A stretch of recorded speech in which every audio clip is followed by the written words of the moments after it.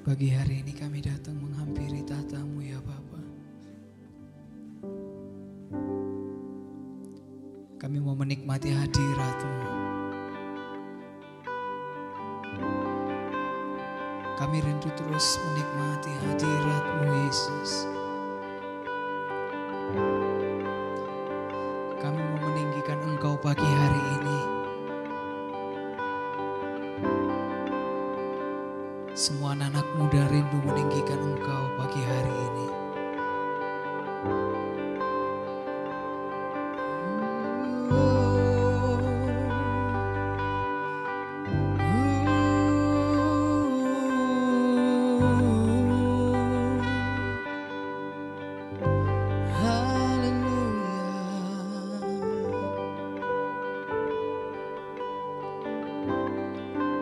Kami percaya Engkau hadir di tengah-tengah kami. Engkau melawat kami dalam setiap rumah kami Tuhan. Tuhan hadir di bait kudus-Nya saat umat mencari wajah-Nya,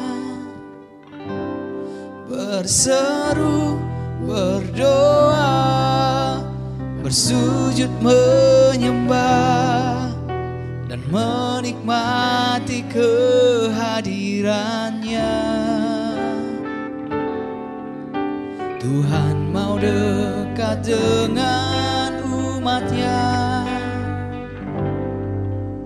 yang datang dengan segenap hatinya, berseru, berdoa, bersujud menyembah dan menikmati kehadiran-Nya.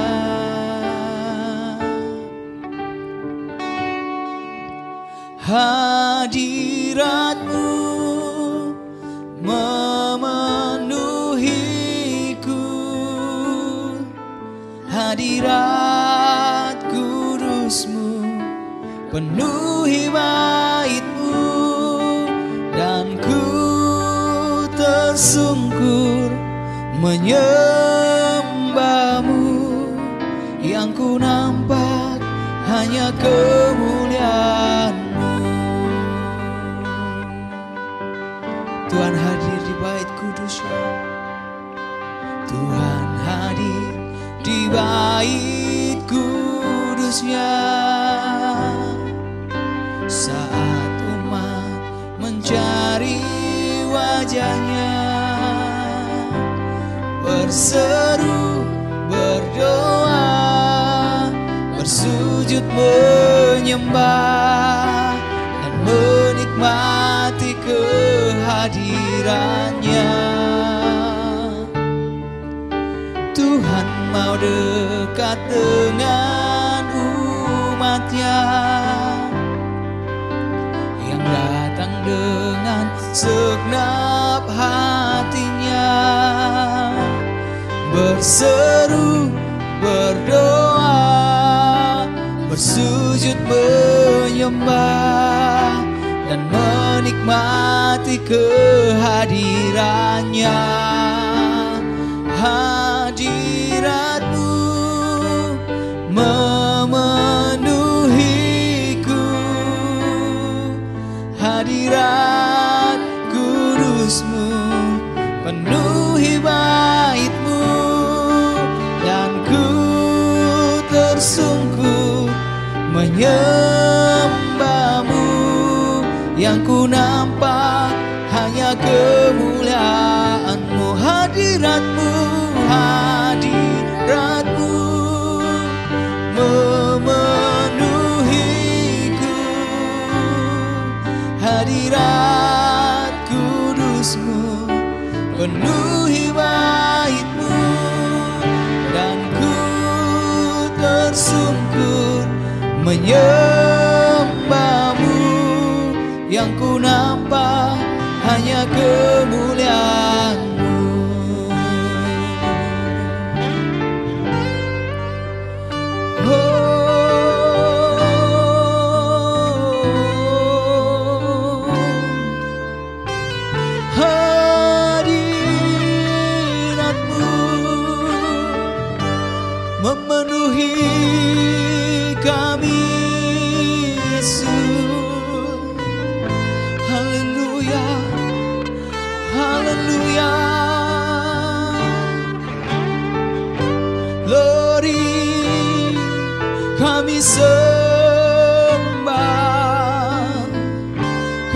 rasakan hadirat-Mu memenuhi kami.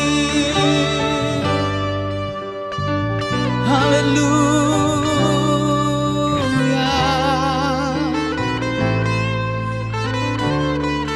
Hadirat-Mu,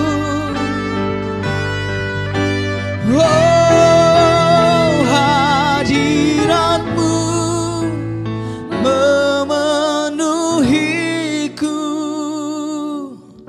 Hadirat kudus-Mu penuhi bait-Mu, dan ku tersungkur menyembah-Mu. Yang ku nampak hanya kemuliaan-Mu. Katakan hadirat-Mu, hadirat-Mu memenuhiku.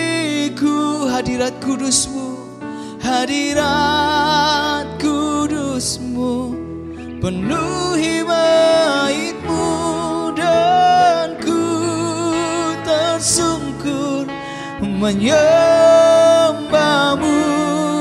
Yang ku nampak hanya kemuliaan-Mu. Hadirat-Mu, hadirat-Mu memenuhiku. Hadirat kudus-Mu penuhi bait-Mu, dan ku tersungkur menyembah-Mu. Yang ku nampak hanya kemuliaan. Hadirat-Mu, hadirat-Mu memenuhiku. Hadirat kudus-Mu penuhi bait-Mu, dan ku tersungkur menyembah-Mu. Yang ku nampak hanya kemuliaan-Mu, dan ku tersungkur menyembah-Mu. Yang ku nampak hanya kemuliaan-Mu, dan ku tersungkur menyembah-Mu. Yang ku nampak hanya kemuliaan-Mu. Haleluya.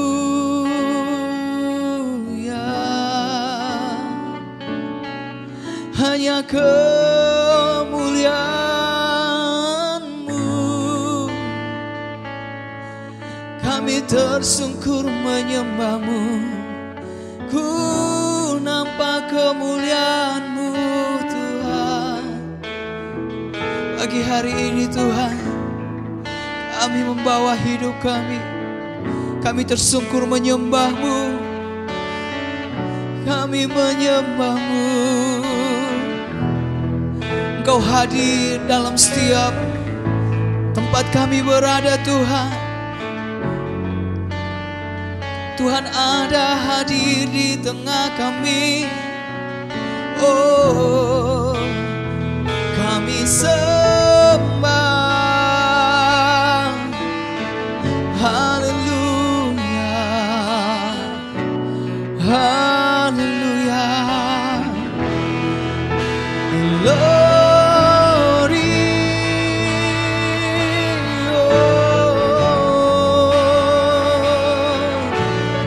Tuhan hadir melawat kami. Haleluya.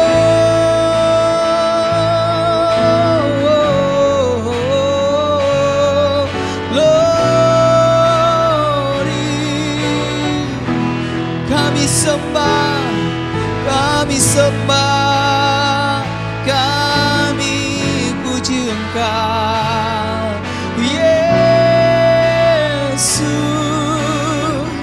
Haleluya, haleluya.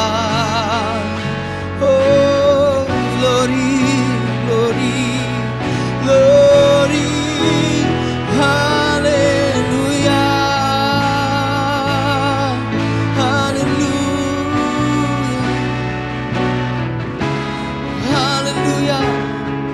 Kami sembah, kami sembah. Oh, kami rindu menikmati, kami rindu menikmati hadirat-Mu.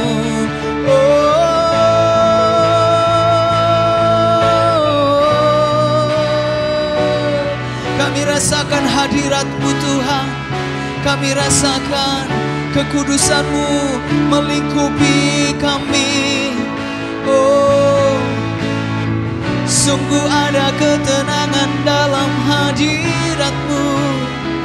Jiwa kami dipuaskan. Mari semua engkau anak muda, carilah ketenangan jiwamu dalam hadirat Tuhan. Hanya hadirat-Nya, hanya hadirat-Nya jawaban bagi hidupmu. Oh, hanya hadirat-Mu jawaban bagi kami.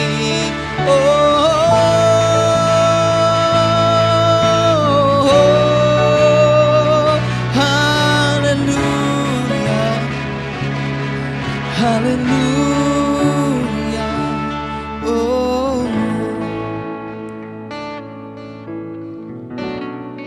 haleluya. Sungguh kami merasakan hadirat-Mu pagi hari ini. Kekudusan Tuhan melingkupi setiap kami. Kami rindu Tuhan terus menikmati hadirat-Mu.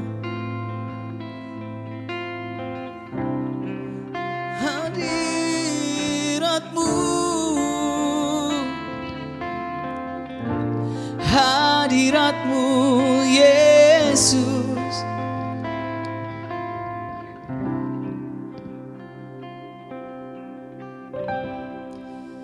Hadirat-Mu Tuhan,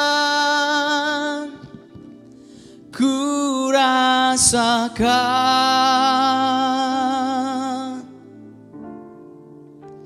kekudusan-Mu Bapa,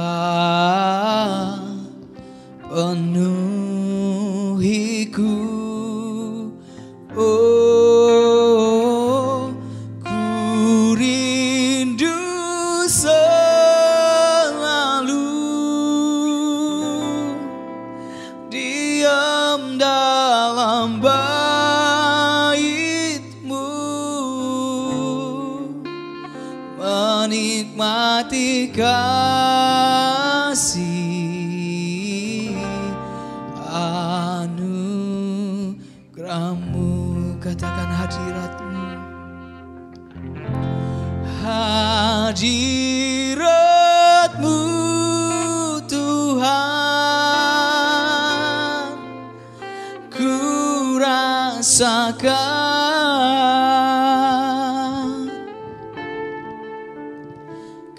kekudusan-Mu Bapa, penuhiku. Oh, ku rindu selalu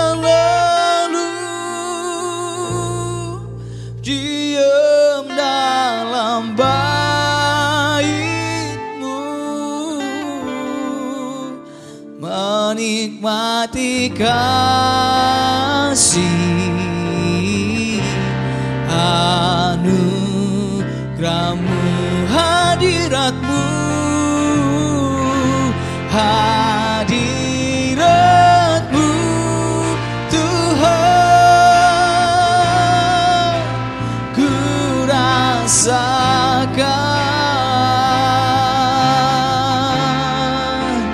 kekudusan-Mu Bapa, penuhiku. Kami rindu selalu Tuhan. Oh, ku rindu selalu diam dalam bait-Mu, menikmati kasih sama-sama katakan hadiratmu, hadiratmu, hadiratmu Tuhan. Kami rasakan, ku rasakan kekudusan-Mu Bapa. Penuhiku, oh ku rindu selalu diam dalam bait-Mu, menikmati kasih anugerah-Mu,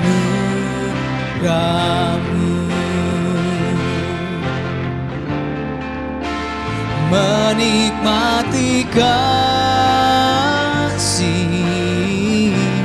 anugerah-Mu, menikmati kasih-Mu Tuhan, menikmati kasih anugerah-Mu.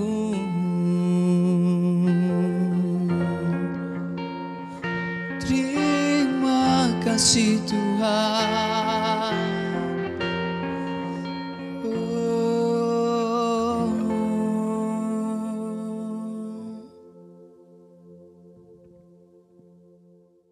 Halo, shalom semuanya.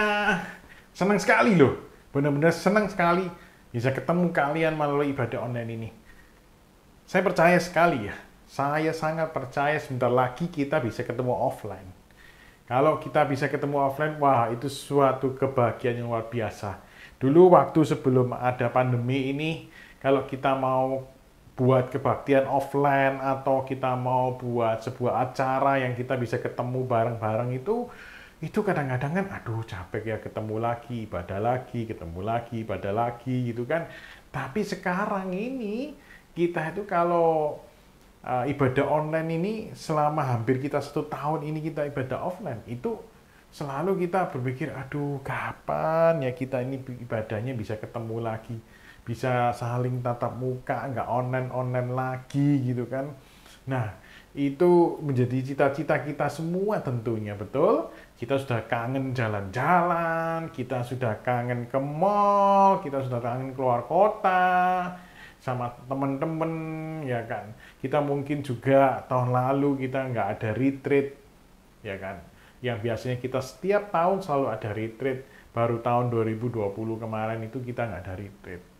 Kita rindu sekali kita dapat berkumpul. Nah, aku yakin, aku percaya Tuhan sedang bekerja dalam hidup kita semua. Amin. Nah, hari ini aku mau, kakak ingin untuk memberikan sharing tentang cerita tentang seorang raja Israel namanya Hizkia. Nah, mungkin ada yang pernah dengar, ada yang belum pernah dengar. Aku ceritakan sedikit tentang latar belakang dari Hizkia ini. Hizkia ini adalah raja dari Yehuda. Kenapa aku sebut Yehuda?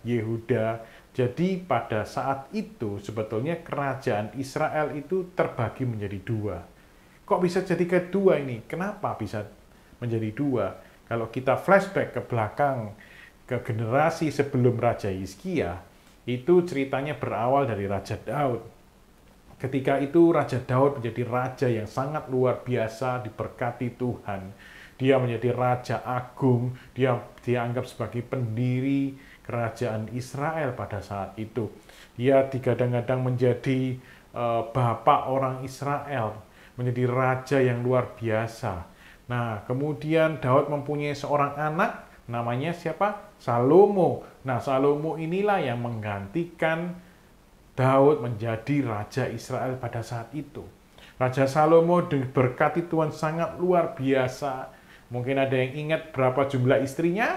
Ada 700 istrinya. Gondeknya ada berapa? Ada 300 gitu kan. Bayangin ini, punya istri 1.000 gitu kan. Wow, itu kayaknya kayak, wah, kok bisa ya? Kekayaannya luar biasa. Dikatakan dia mempunyai emas berapa? 660 talenta. Itu pernah dihitung jumlah emas, kalau misalkan itu dikonversikan pada zaman sekarang, jumlahnya itu sudah mungkin hampir ribuan triliun loh. Itu merupakan kekayaan yang bisa digabung antara Amerika dan Eropa, digabung kekayaannya itu bahkan kalah sama Raja Salomo pada saat itu. Tuhan memberkati Raja Salomo dengan luar biasa, tapi sayang sekali Raja Salomo melakukan apa yang jahat di mata Tuhan. Dia menyembah berhala, dia menyembah Tuhan-Tuhan yang disembah oleh istri-istrinya ini. Gara-gara kebanyakan istri, apalagi kebanyakan istrinya itu berasal dari bangsa-bangsa lain selain Israel. Padahal pada waktu itu Tuhan itu sudah jelas melarang bangsa Israel untuk menikahi perempuan yang tidak seiman atau tidak sebangsa pada saat itu. Nah, gara-gara hidup Salomo ini menyimpang dari jalan Tuhan, anaknya yang menggantikan dia namanya Rehabeam, itu anaknya ini juga sama ternyata menyimpang dari jalan Tuhan juga. Sehingga Tuhan marah, Tuhan membuat bangsa Israel terpecah menjadi dua. Ada kerajaan utara dan kerajaan selatan. Kerajaan utara ini dihuni atau didirikan oleh 10 suku Israel. Yang 2, Yehuda dan Benyamin, itu pada kerajaan selatan, yang ibu kotanya ada di Yerusalem. Sedangkan kerajaan utara ibu kotanya di mana? Samaria. Ya, ini cerita latar belakang dari Raja Hizkia. Kemudian kalau kita baca di kitab 1 Raja-Raja dan 2 Raja-Raja, di situ dikatakan bahwa bangsa Israel maupun Yehuda itu seringkali jatuh bangun dengan sering banget. Kalau ada seorang raja yang hidupnya itu kacau balau, dia menyembah Allah lain, dia mendirikan patung-patung berhala dan bukit-bukit pengorbanan, pada saat itu Tuhan marah, Tuhan kirim bangsa lain untuk mengalahkan bangsa Israel. Kemudian kalau mereka bertobat, raja yang bertobat, Tuhan selamatin. Kalau rajanya setia sama Tuhan, Tuhan buat bangsa Israel itu jadi berjaya, jadi aman sentosa, tapi mereka lupa lagi. Kemudian rajanya lupa sama Tuhan, dia jauh dari Tuhan lagi, kemudian Tuhan hukum lagi. Bertobat, Tuhan selamatin lagi. Begitu seterusnya. Dan ini menjadi seperti pola atau kebiasaan dari raja-raja Israel pada saat itu. Nah, yang menarik ada cerita tentang Hizkia, Raja Yehuda. Saya ulangi, Raja Yehuda berarti raja dari kerajaan selatan, yang ibu kotanya ada di Yerusalem. Nah, aku bacakan di 2 Raja-Raja 18. Maka dalam tahun ketiga zaman Hosea bin Ela Raja Israel, Hizkia anak Ahaz, Raja Yehuda menjadi raja. Ia berumur 25 tahun pada waktu ia menjadi raja, dan 29 tahun lamanya ia memerintah di Yerusalem. Nama ibunya ialah Abi, anak Sakaria. Ayat yang ketiga ini menarik. Ia, Hizkia, melakukan apa yang benar di mata Tuhan, tepat seperti yang dilakukan Daud, bapak leluhurnya.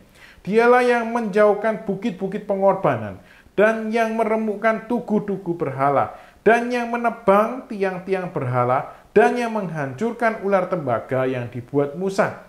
Sebab sampai pada masa itu, orang Israel memang masih membakar korban bagi ular itu yang namanya disebut Nehustan.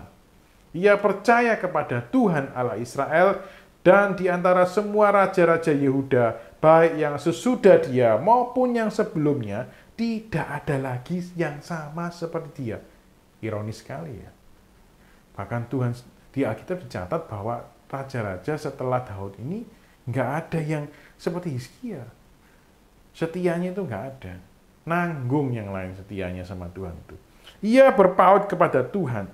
Ini berarti kan tidak menyimpang daripada mengikuti dia. dan ia berpegang pada perintah-perintah Tuhan yang telah diperintahkannya kepada Musa. Maka apa akibat dari Hizkia melakukan apa yang benar di hadapan Tuhan ini, menjauhkan berhala? Apa sih akibatnya? Akibatnya adalah ayat ke-7, maka Tuhan menyertai dia kemanapun juga ia pergi berperang. Ia beruntung. Ia memberontak kepada Raja Asyur dan tidak lagi takluk kepadanya. Ayat ke-7 ini menarik sekali. Maka Tuhan menyertai dia, menyertai Hizkia, kemanapun juga Hizkia pergi berperang. Ia beruntung. Nah, kata-kata beruntung ini menarik sekali loh. Kalau kalian perhatikan ya, hidup ini itu sebetulnya lebih enak mana sih? Orang yang pinter atau orang yang beruntung? Lebih enak mana? Orang yang pinter atau mungkin kaya atau orang yang beruntung? Jawabannya adalah orang yang beruntung.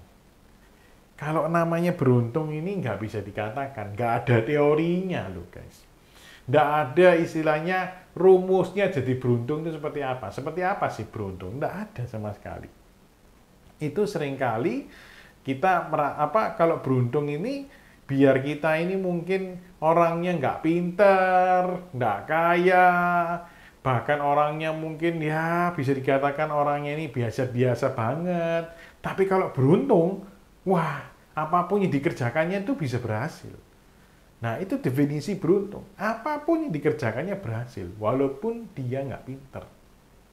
Dan Raja Hizkia ini tahu apa rahasia kita supaya kita ini beruntung. Rahasia nomor 1 yang dilakukan oleh Hizkia adalah apa? Melakukan apa yang benar di mata Tuhan. Di ayat yang ketiga, ia melakukan apa yang benar di mata Tuhan, tepat seperti yang dilakukan Daud, bapa leluhurnya. Kalau kita melakukan apa yang benar di mata Tuhan, akibatnya apa? Seperti Raja Hizkia ini, hidup kita beruntung. Percayalah dalam kehidupan ini butuh sekali namanya keberuntungan. Betul enggak? Kalau kita cuma pinter aja, itu waduh benar-benar nggak ada artinya. Pernah tahu Mark Zuckerberg, pendiri Facebook? Bisa dikatakan dia bukan orang yang terlalu pintar. Bahkan dia ini drop out dari kuliahnya pada saat itu juga. Dia drop out, kemudian dia coba-coba bikin perusahaan, sempat gagal juga. Kemudian dia baru mendirikan Facebook, baru berhasil pada saat itu. Banyak sekali yang mungkin teman-temannya yang pinter, dia cerita waktu itu ya, teman-temannya yang pinter itu ya banyak mendirikan perusahaan startup juga. Tapi nggak banyak yang berhasil. Justru orang yang mungkin lebih bodoh dari temannya itu, yaitu Mark Zuckerberg ini tadi dia cerita itu, malah aku yang berhasil, kata Mark, seperti itu. Jadi orang beruntung ini benar-benar istilahnya ini yang sebetulnya yang paling kita butuhkan dalam hidup kita. Nah itu bisa didapatkan dari mana? Dari ketika kita melakukan apa yang benar di mata Tuhan. Ini deh, mungkin ayat 3 ini harus dijelaskan secara terperinci. Melakukan apa yang benar bukan di mata manusia, tetapi di mata siapa? Di mata Tuhan. Artinya kita melakukan yang benar bukan ketika cuma dilihat manusia saja, tapi justru ketika dilihat oleh Tuhan. Sedangkan mata Tuhan itu melihat semua apa yang kita lakukan, baik yang tersembunyi maupun yang terbuka atau tidak tersembunyi. Tuhan tahu semuanya apa isi hati kita. Bahkan sebelum kita ngomong, Tuhan tahu apa yang ada di hatimu dan di hatiku. Jadi kalau kita ngomong melakukan yang benar di hadapan Tuhan, itu berarti kita melakukannya sama ketika di depan orang lain maupun di belakang orang lain atau ketika orang lain nggak tahu. Ini yang harus benar-benar kita lakukan supaya hidup kita ini beruntung. Jangan sampai kita ini jadi manusia yang penuh kemunafikan ya. Kita kalau di depan orang, seperti malaikat. Hai, gitu kan. Kita mungkin kalau ke gereja gitu udah bajunya putih, ya kan, giginya putih, kulitnya putih, untungnya rambutnya nggak putih kan. Wah, kalau jalan halo shalom, shalom gitu kan. Tapi kalau waktunya nggak dilihat, mungkin sama adiknya, sama papa mamanya, kasar ngomongnya. Tolong ambilin ini. Kalau dimarahin sedikit, udah bales, ditegur 1 kata, 2 kata, balesnya 500 kata. Kita jadi orang yang kadang-kadang dilihat orang lain sepertinya baik, tapi ketika nggak dilihat orang lain itu kita tidak seperti apa yang mereka lihat. Ayo, kalau kita mau beruntung, seperti cerita Hizkia ini tadi, kita harus benar-benar melakukan apa yang benar di hadapan Tuhan. Di hadapan Tuhan loh ya, bukan di hadapan manusia. Jangan sampai kita juga menjadi orang yang istilahnya jadi orang Kristen nanggung. Apa sih maksudnya orang Kristen nanggung? Semuanya kita masih mengikuti hidup seperti hidup orang dunia. Kita masih melakukan nyontek, oke. Masih ini enggak, suka bertengkar atau suka maki orang enggak? Tetap. Suka nonton video porno enggak? Tetap. Suka nyuri-nyuri waktu ulangan kemudian kita tanya-tanya teman-teman enggak? Tetap. Kita tetap melakukan apa yang dunia lakukan. Salah. Jangan sampai hal ini terjadi buat dalam hidup kita. Kalau kita ini mau hidupnya beruntung, mau hidupnya diberkati Tuhan, jadilah orang Kristen yang benar-benar. Jangan separuh-separuh jadi orang Kristen. Jangan nanggung jadi orang Kristen. Kalau Tuhan pernah ngomong di Perjanjian Baru, ada sebuah ayat yang sangat menarik sekali. Dikatakan bahwa hidup kita ini sudah menjadi hidup yang baru, hidup yang berkemenangan, bukan hidup yang lama sudah ditanggalkan, sudah dibuang. Kita sudah punya baju yang baru, kita punya standar yang baru. Standar kita nggak sama dengan orang-orang dunia. Ayo mari kita benar-benar melakukan apa yang benar di hadapan Tuhan. Itu yang rahasia pertama untuk kita menjadi hidup yang beruntung. Sedangkan yang kedua, apa sih rahasia kalau kita lihat di dalam kehidupan Hizkia ini, kenapa dia hidupnya beruntung? Dan kenapa dia disertai oleh Tuhan? Yang kedua, itu di ayat keempat. Dikatakan di situ, dialah yang menjauhkan bukit-bukit pengorbanan dan yang meremukkan tugu-tugu berhala dan yang menebang tiang-tiang berhala, dia yang menghancurkan ular tembaga yang dibuat Musa. Sebab sampai pada masa itu orang Israel memang masih membakar korban bagi ular itu yang namanya disebut Nehustan. Yang kedua, rahasia kedua supaya beruntung apa? Menjauhkan berhala-berhala dalam hidup kita. Loh, Kak, saya enggak nyembah patung loh. Saya ini enggak nyembah pohon, enggak nyembah matahari, enggak menyembah manusia. Enggak kok, saya ini orang Kristen kok. Gitu kan. Kalau mungkin kalian pikir, loh, aku enggak pernah kayak gitu-gitu. Tapi kita seringkali lupa. Apa artinya itu berhala? Berhala itu juga apapun yang sedang kita idolakan saat ini.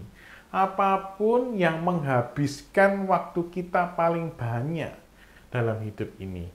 Kalau coba kita evaluasi, coba kita pikir dalam hidup kita ini, apa ya yang menghabiskan waktuku paling banyak? Apakah menghabiskan waktuku paling banyak ini ketika aku bermain game? Kalau main game itu menghabiskan waktuku yang paling banyak? Enggak mungkin ya. Atau iya. Ada yang iya, ada yang enggak. Ataukah mungkin aku ketika sama pacarku ini, itu yang paling aku menghabiskan waktu paling banyak. Kalau aku nggak ketemu pacarku itu sudah kayak pusing kok. Kayak hidup ini nggak ada artinya gitu kan. Nah, hal-hal yang menghabiskan waktu kita yang paling banyak, itulah yang kadang menjadi berhala buat kita. Apakah waktu yang kita buang itu adalah waktu yang berguna, waktu yang membangun? Seperti Rasul Paulus bilang gini, apapun boleh. Apa yang kamu lakukan, apapun itu boleh. Tapi Paulus bilang apa? Apakah itu berguna? Jadi kita nggak cuman, kadang yang tanya, nonton bioskop boleh nggak? Mainan game boleh nggak? Boleh, itu semua boleh. Tapi apakah itu berguna? Kalau kita buat refreshing, kita buat untuk misalkan kita lagi bosen nih, sudah sekolah main game, boleh, nggak apa-apa. Kalau waktunya tepat, sudah belajar dan sebagainya, nggak apa-apa. Nonton boleh nggak? Boleh. Kalau kamu habis mungkin ujian, pengen santai sebentar, nonton, nggak apa-apa. Ya nggak boleh apa dong? Kalau itu sudah menjadi tidak berguna. Artinya kita jadi terikat oleh hal-hal itu. Kita kalau nggak nonton bioskop setiap minggu, setiap Sabtu, misalkan gitu ya, waduh, rasanya hati ini, aduh, ada yang kosong. Rasanya hati ini udah nggak enak, kita sampai bete ya istilahnya ya. Kalau kita nggak ketemu temen atau pacar kita gitu kan, kita jadi bete. Hidup kita jadi sumpek gitu kan. Nah ini nggak boleh. Apa kita nggak main game itu kita jadi kayak ya apa ya, kita gimana ya, atau mungkin ada yang masih ngerokok.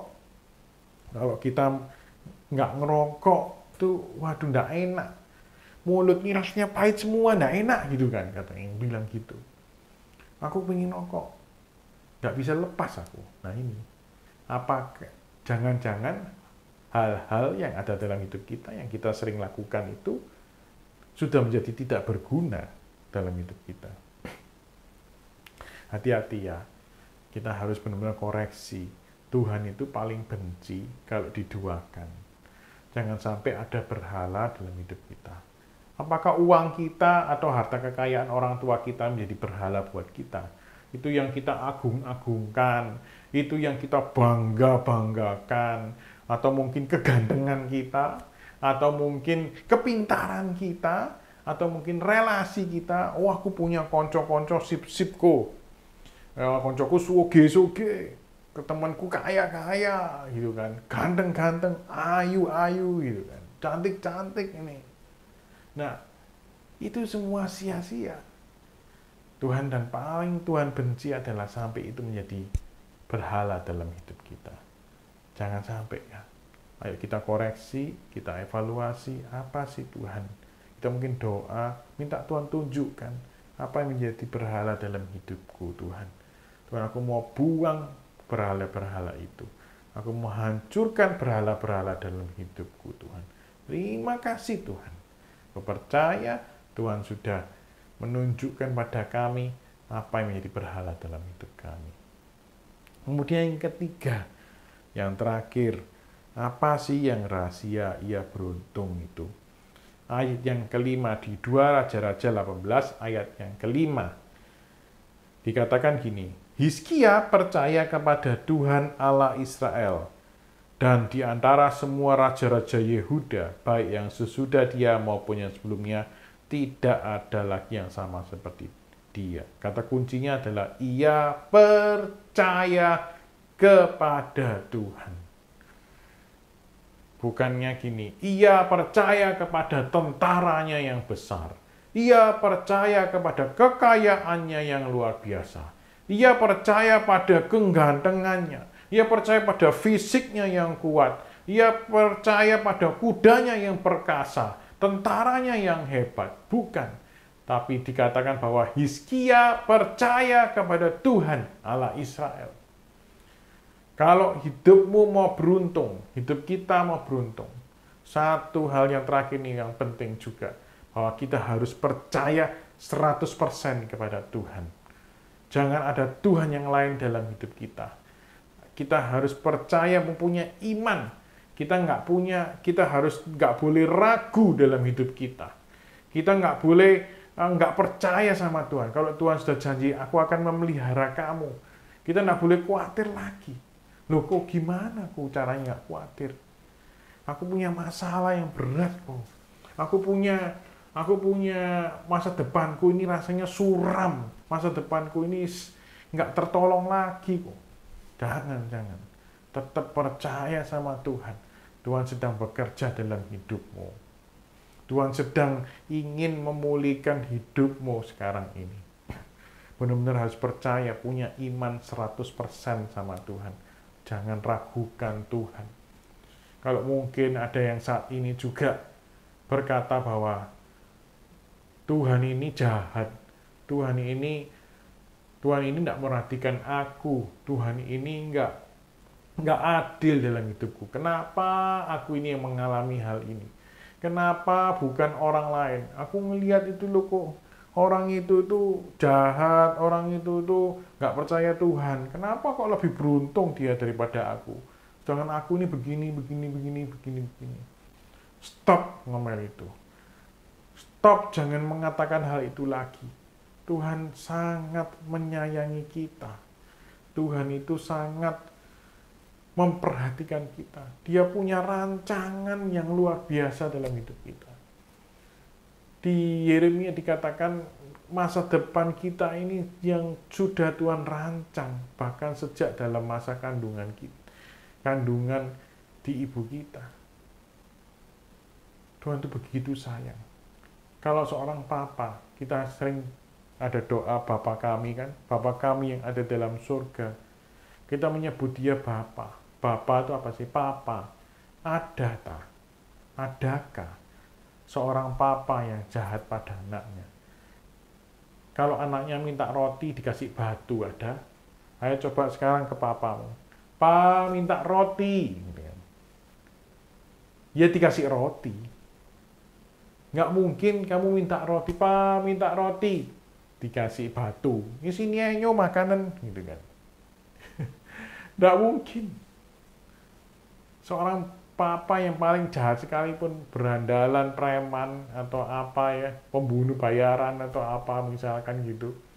Kalau anaknya minta roti, kasih roti. Nggak tega melihat anaknya itu sengsara. Anaknya sendiri. Kita harus percaya ini bahwa Tuhan itu sayang banget sama kita. Kalau hari ini, sekali lagi kalau ada yang meragukan cintanya Tuhan, jangan ragukan cintanya Tuhan. Ayo kita berdoa. Tuhan Yesus, Tuhan, kami hari ini belajar mengenai Raja Hizkia. Bagaimana dia hidupnya disertai Tuhan dan beruntung. Tuhan yang pertama, kami mau belajar Tuhan, kami melakukan apa yang benar di hadapan Tuhan. Mungkin selama ini kami hanya melakukan apa yang benar di mata manusia. Ampuni kami Tuhan. Kami mau berubah, kami mau merubah hidup kami, menjadi kami berkenan di hadapan Tuhan. Melakukan apa yang benar di hadapan Tuhan. Tuhan, kami juga berdoa, Tuhan, untuk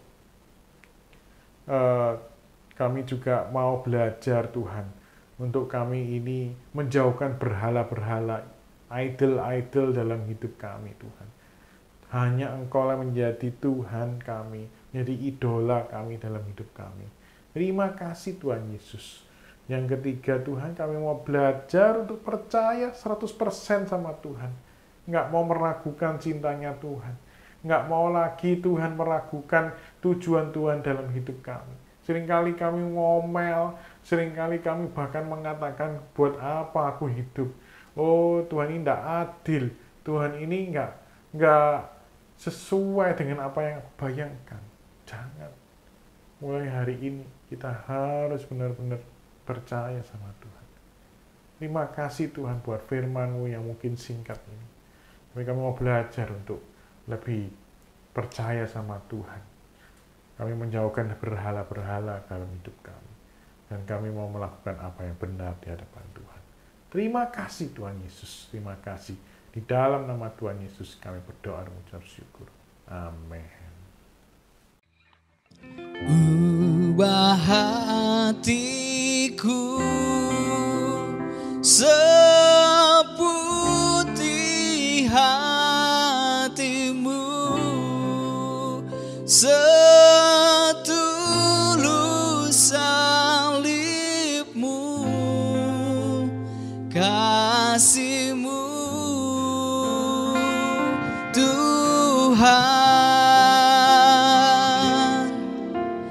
Biar mataku seperti matamu, pancarkan kasihmu. Ku mau jadi sepertimu.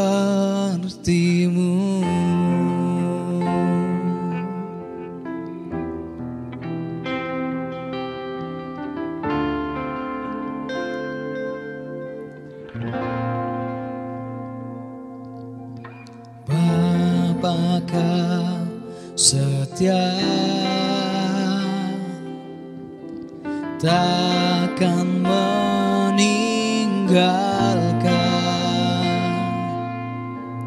dan ku percaya Engkau milikku dan ku milikmu.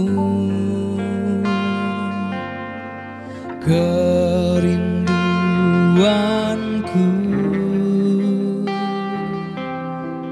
tinggikan namamu,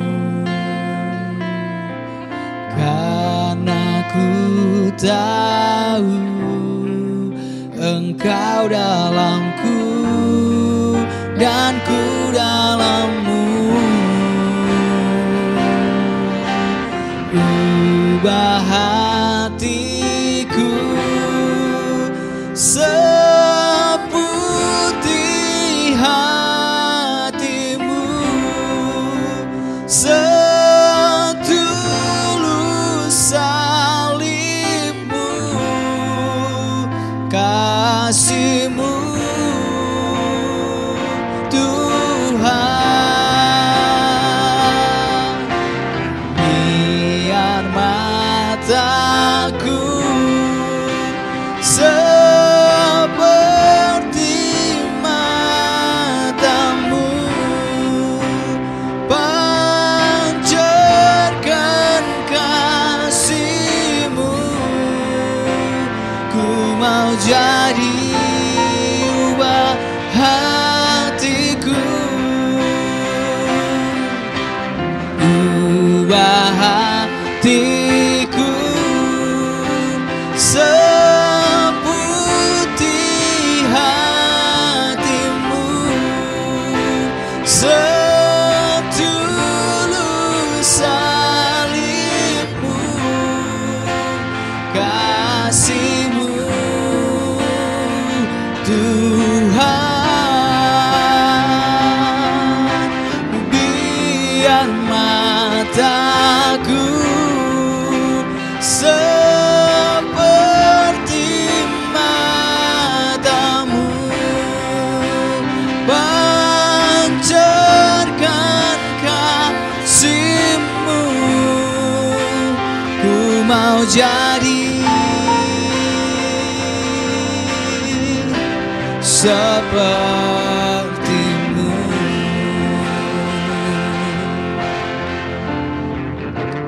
Ku mau jadi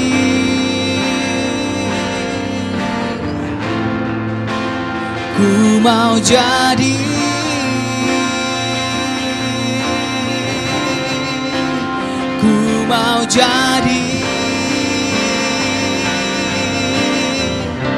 sepertimu.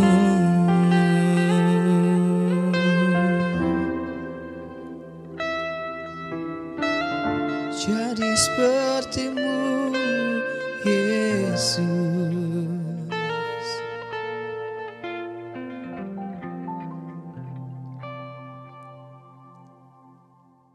Teman-teman semua, kita hari ini sudah memuji Tuhan, kita sudah mendengarkan firman Tuhan. Kakak percaya kalau Tuhan sedang bekerja terus dalam hidup kita, jangan lupakan firman Tuhan hari ini, terus renungkan dan lakukanlah firman Tuhan yang ada pada hari ini. Sebelum menutupnya dalam doa berkat, jangan lupa kalau yang belum ikut komsel, ayo ikut komsel. Tanyakan sama gembala area atau tanya sama Bapak Gembala di gereja kalian. Aku ini enaknya komsel di mana ya? Jangan lupakan komunitasmu. Terus melekat terus dalam Tuhan melalui komunitas-komunitas kita. Yang kedua juga, kalau kita punya papa mama juga, ayo kita doakan mereka terus. Mungkin ada papa mama kita yang sedang berjuang dalam pekerjaan mereka, kita doakan mereka. Ayo kita berdoa sungguh-sungguh juga hari ini. Tuhan, terima kasih buat ibadah online yang berlangsung pada hari ini Tuhan. Tuhan, kami bersyukur Tuhan sudah berserta dengan kami mulai dari awal sampai pada akhirnya. Terima kasih Tuhan. Tuhan, kami mau sepakat berdoa untuk gereja kami House of Grace. Tuhan, biarlah Tuhan sendiri yang bertata atas gereja kami dan terjadilah kehendak-Mu Tuhan dalam gereja kami. Tuhan, kami tidak lupa berdoa untuk kota kami Surabaya, untuk bangsa kami Indonesia. Tuhan, kami bersatu hati mendoakan di dalam nama Yesus, Tuhan, memulihkan bangsa dan negara kami Tuhan. Tuhan berkati Bapak Presiden Jokowi, jajaran-jajaran di bawahnya dan sampai yang terendah Tuhan. Tuhan yang menyertai, Tuhan yang memberikan hikmat dan roh takut akan Tuhan menyertai kami semua. Tuhan, kami berdoa juga virus corona ini hilang dari Indonesia. Tuhan, kami boleh beribadah kembali bersama-sama. Kami boleh melakukan aktivitas kami seperti biasa Tuhan. Terima kasih Tuhan Yesus. Terima kasih Tuhan Yesus, baik buat kami. Tuhan, kami juga berdoa untuk kedua orang tua kami, untuk sahabat-sahabat kami juga yang mungkin lagi mengalami kesusahan. Tuhan yang menjaga, Tuhan yang memberkati kami semua Bapa. Terima kasih Tuhan. Tuhan, berkat-Mu turun ke atas setiap kami. Oh Tuhan, penghiburan bagi yang susah juga Tuhan. Oh Tuhan, kekuatan, kesembuhan bagi yang sakit turun ke atas setiap kami Tuhan. Dan biarlah damai sejahtera-Mu daripada tempat yang maha tinggi menyertai kami semua Bapa. Di dalam nama Tuhan Yesus kami berdoa dan mengucap syukur. Haleluya. Amin. Terima kasih, Tuhan Yesus memberkati.